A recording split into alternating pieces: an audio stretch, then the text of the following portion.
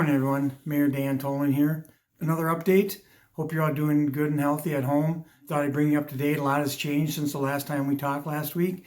First, I'd like to mention that we lost a great person over the weekend. Eddie Nicholson was working up at Cedar Lake Speedway on Friday night and was in an accident up there where he was part of the safety crew. Eddie was a second generation firefighter with over 30 years of service to the River Falls Fire Department. He was also part of our EMS crew, putting in countless hours taking care of our community. Eddie was loved by all and will be missed. Our thoughts and prayers are with him and his family throughout this difficult period. Now I want to share some weekly numbers with you. As you can see on the screen, St. Croix and Pierce counties are reporting a total of 71 confirmed cases as of yesterday, up from 48 last week. 36 people have recovered compared to 25 that recovered last week. 2,584 people have received negative results compared to 1,630 people last week. Thankfully, no death has been reported yet. As a guide for opening city services and facilities, we are following a combination of statewide criteria and local information. On this slide, you can see that Wisconsin is doing well in 3 of the 5 categories. 2 of the categories, however, received red lights. Since the state does not focus on local or regional benchmarks, we will take local case data into consideration when deciding whether or not to move forward with our recovery plan. In addition, we will consider area testing capacity as well as an adequate supply of PP items for staff. You can see that we are green for those last 2 criteria.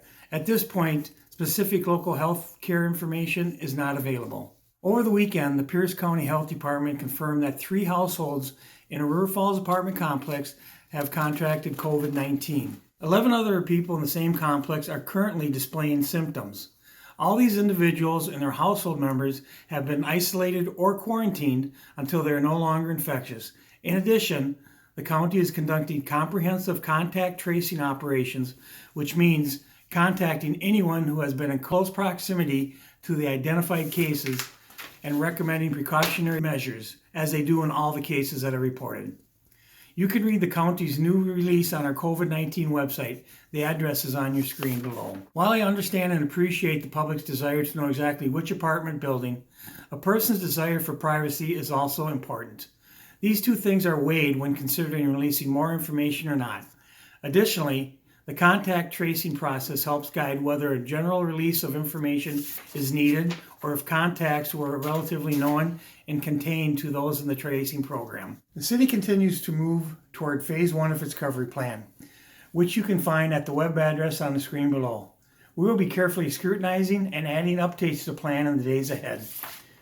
We will be working directly with the counties to ensure that all of their health recommendations are followed when it comes to city services and facilities.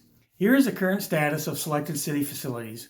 Open now are the dog park, playgrounds, sporting courts, campground for self-contained camping only, curbside library service, and the compost site. When using the compost site, we encourage you to get in and get out quickly to avoid crowds and bottlenecks. We are planning to open City Hall to lobby walk-in service next Tuesday. By the end of next week, we plan to have open park bathroom facilities and the reservable park open shelters with capacity restrictions. We were planning to have our spring cleanup event the week of June 22nd. More details will be coming on this event that we had to delay earlier. Bear with us as we continue to create plans to open and operating the swimming pool and splash pad. The same goes for our recreational programming, including camps, leagues, classes, and swimming lessons.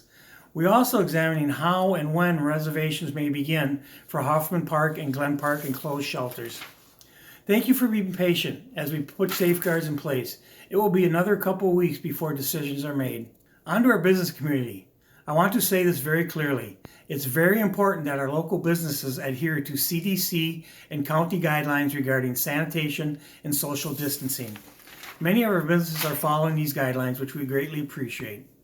As a business owner, I know how hard it is to come to work one day and find out the business model you relied on has been flipped upside down and inside out. I also know that we can help the community members and businesses keep going through this. If we can commit to some reasonable guidelines of operation and behavior to protect our neighbors. I applaud businesses who are taking steps to thoughtfully and carefully reopen.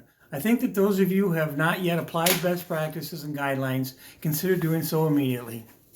For customers, please be patient and loyal to your local favorites while they figure out all this and do the best they can. Events such as this should bring us together as a community. I would hope it would bring out the best in all of us. We all need to remember that we are still neighbors and friends.